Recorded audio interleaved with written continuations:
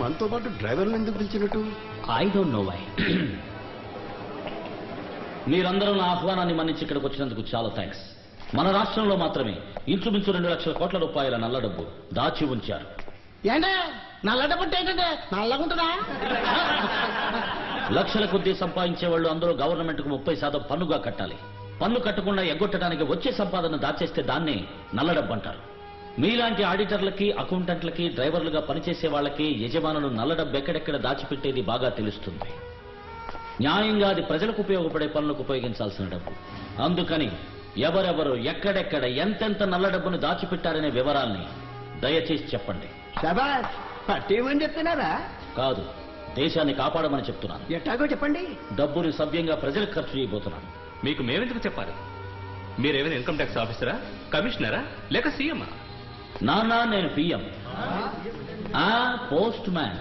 ప్రజల డబ్బుని ప్రజల దగ్గరికి తీసుకుపోయే ఓ సాధారణమైన పోస్ట్ మ్యాన్. మీరు చేసేది చట్టవిరుద్ధం అండి. నల్ల డబ్బుని దాచడం, దాచే వాళ్ళకి సహకరించడం కూడా చట్టవిరుద్ధమే. ఏంటే మా దగ్గర దొంగతనం చేయాలో దోచుకోలే, ఆయన సంపాదించిన డబ్బు ఆయన దాచుకున్నారా? ఇంకో తప్పైందే? ప్రతి ఒక్కరూ ఇలాగే అనుకుంటూ పన్ను కట్టకపోవడం వల్లే ప్రభుత్వానికి నిధులు చాలక ధరలు పెంచాల్సి వస్తుంది. ఇవాళ వాళ్ళు దాచిపెట్టే ఒక్కొక్క రూపాయి పెట్రోల్, కరెంటు బిల్, బట్టలు, మందులంటూ ధరలు పెరిగి రేపది నీ నెత్తి మీదే వచ్చి పడుతుందయ్యా. మీ అయ్యగారు లాంటి వాళ్ళు పన్ను కట్టకపోవటం మీలాంటి వాళ్ళకు చేసే ద్రోహం. అయ్యా, నాకు ఇప్పుడు అర్థమైందయ్యా, అర్థమైంది. తప్ప తప్ప తప్ప.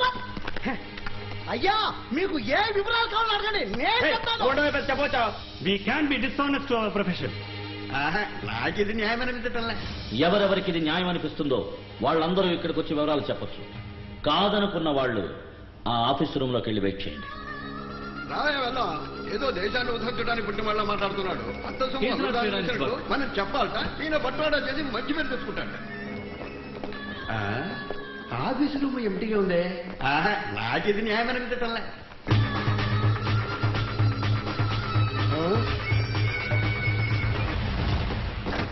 మీ ఉద్దేశం ఏమిటి? ఇక్కడికి వచ్చి వివరాలు చెప్తారా లేక ఆఫీస్ రూమ్ లో వెయిట్ చేస్తారా? దాని గురించి ఆలోచిస్తున్నాం. అలాగే చేయండి. నాకిదే న్యాయం అనిపిస్తోంది.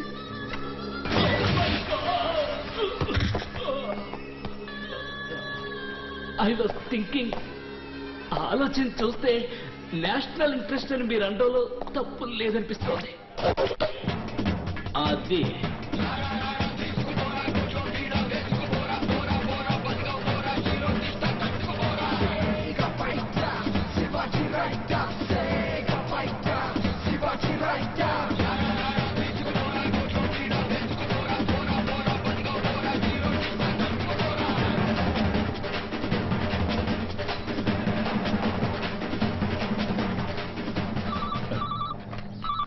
హలో మంత్రి గారు, స్వర్ణాభరణాలు, గోల్డ్ బిస్కెట్లు, స్విస్ బ్యాంకులు, గ్రీన్ మనీ, ఇతరులైన బినామీల దగ్గర రొక్కమని మొత్తం 156,60,36,000 రూపాయల నల్లడబ్బు మీ దగ్గరుంది.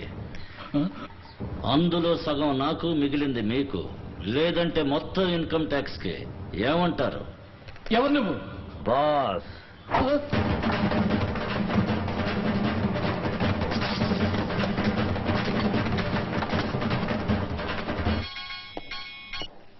कौन है? బాసురా లుచ్చా.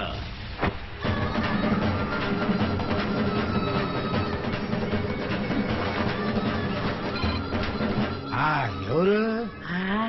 నీ మొగుడు బాసురా.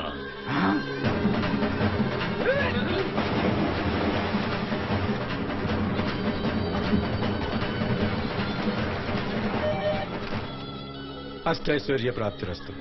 అర్ధైశ్వర్య ప్రాప్తిరస్తు.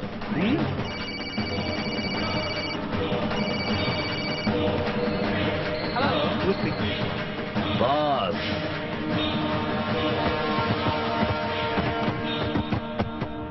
తర్వాత ఎక్కడ శివాజీ?